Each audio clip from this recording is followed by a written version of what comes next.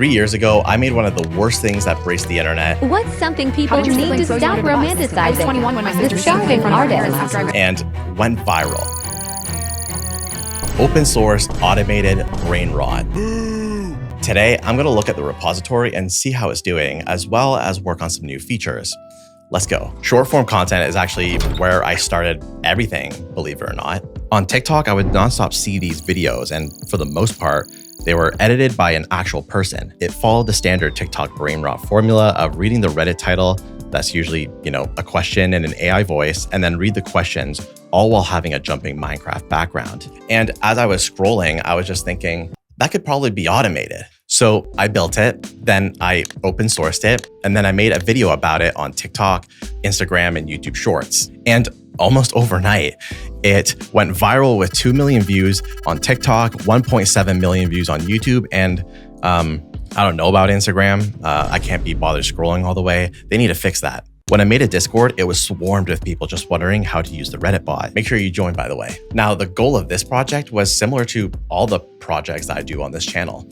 I wanted to inspire developers to build cool things, even if it was, unconventional. But the reception was definitely mixed, okay, and understandably so. Some people said that I created an even worse problem, while others said it helped motivate them. So I decided to automate this process. I shat everywhere in my house last night. It was absolutely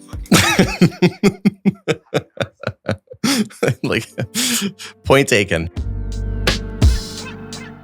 And almost 3 years later, it's still doing really well. Yeah, 7,000 stars, 2,000 forks, and a ton of contributors. In fact, the latest update was actually a couple weeks ago from Jason Loves Doggo, or Jason Cameron, who's a long contributor of this Reddit bot, so shout out to that guy. What turned into a simple 2 to 3 file project has now turned into a huge project with a GUI, text-to-speech service, Docker, shell scripts, batch files, and a whole ton of things. Now, let's clone it and see where we're at. I want to go through the whole project and act as if I'm new to this to maybe fix something if it's not working. A huge thing that this project went through was the transition from when Reddit decided to completely go haywire on their API. I have a video on that, by the way. So the project goes from the Reddit API to scraping using Playwright. I'm going to use Junie, who is the sponsor of today's video, to give me an understanding of what is in this repository at the moment. Now, the first thing I realized with this repository is that it takes a long time to just kind of get it up and running.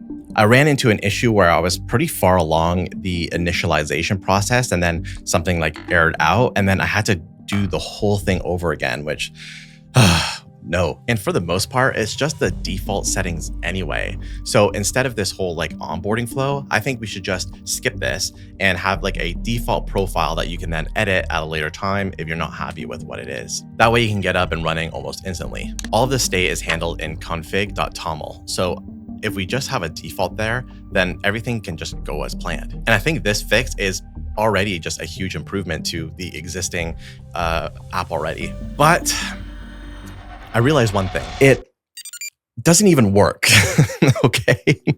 Damn it. Remember when I talked about this switch to Playwright? Well, that's because the Reddit API went through a massive overhaul and there's a huge amount of drama with it. Again, video talking all about it. Essentially, there's a constant war between the web scrapers and Reddit. Reddit's going to change how the HTML or JavaScript is rendered just so that it can throw off the web crawlers. I have a feeling that's what's happened here and why it's maybe not working as well as intended. I wanted to check to see if this was happening to anybody else, and when I looked at the GitHub issues, somebody did run into this issue and it's actually open. But funny enough, somebody literally just said that this code is what worked for them, and it worked for me. They literally just pasted it. Not even a pull request or nothing. So I asked them to put in a pull request so we can accept it. I want to make sure that this person who did all the work is credited and can put it on their profile or something. So we'll wait.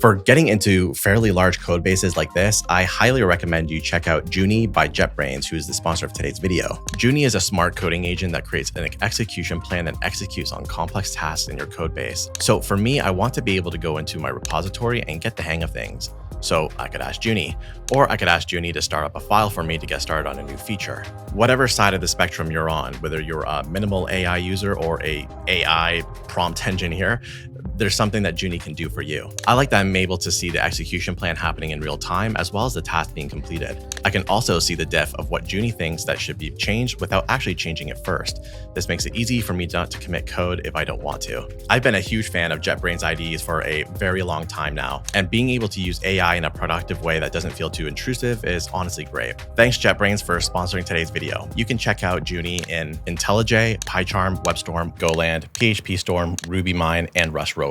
Link in the description. Something that hasn't been updated in a very long time is the dependencies of this project. Since a lot of these requirements often rely on AI, the dependencies have changed somewhat dramatically. So I'm going to ask Junie to see what critically needs updating. And one of these is 11 Labs, which does the AI text-to-voice and is probably one of the most popular packages in this repository. So definitely want to update that. And not much needs to be refactored, but I do have to go into the code and just change up things a little bit so it follows the same procedures. Now, a really important package that this whole entire thing depends on, if not like, the rock in the middle of it, is MoviePy, the literal library meant to compile everything. It's currently on version 1.0.3, and currently the latest version is 2.1.3. It seems like they wanted to kind of unify everything, and they also just dropped support for Python 2.7, which honestly, props to you guys. That's a headache. Thankfully, the refactor isn't too bad at all. They had a migration guide, but it didn't seem like I had a lot of things in there that would affect me. Something I think would be really, really awesome with this, that would take it to another level actually, is if you updated the GUI. I think right now the GUI is great, but I think there's definitely ways we can improve on it. Something a lot of users complained about is that they had to use Python in order to run this, which, I get it. You know what I mean? Like, where's just the exe file? I'm going to create a simple UI that matches the vibe of the one that was already there. It needs to be noted that the people who are working on this app are doing it for free and just out of the love of programming as well for the content. In no way should any code be deleted if unnecessary. That's the beauty of open source.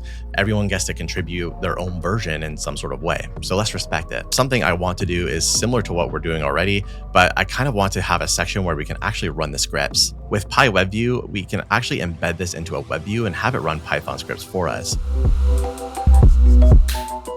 And one last thing, the README is a little bit dated. This one is definitely going to be one of the easier fixes, but definitely requires some sort of technical understanding. I feel like we definitely need to update it so that it's easy for people to get started without having to read a bunch of gibberish. At the time, this repository was to accompany a video that came out, but now it's kind of taking a life of its own. So everything, is just kind of fluff. And I'm also just kind of like staring at you like in a sus way when you first open the repository. Not very proud of that thumbnail, not gonna lie. I also think maybe streamlining the installation process, removing the experimental aspects, and then moving the video demo up. I just kind of want to clean it up a little bit so that if you're just getting started, you can go right off to the races. And this is what I came up with. I'm pretty happy with how it turned out. Now, while I was doing this over the last couple of weeks, I had a lot of fun contributing and reading other people's code. Here's some other things that I enjoyed. First, I really enjoyed looking at people's pull requests. Being able to talk to other programmers really gave me a nice social moment, which I really miss from working as a programmer. When I was a programmer as a career, like what most people are and not just silly little influencers like myself, I really enjoy talking to other people about code changes directly in the repository. I also really enjoyed the feature requests and scaffolding out ideas on how it can be implemented in the code base. At first, when I made this, I was really excited.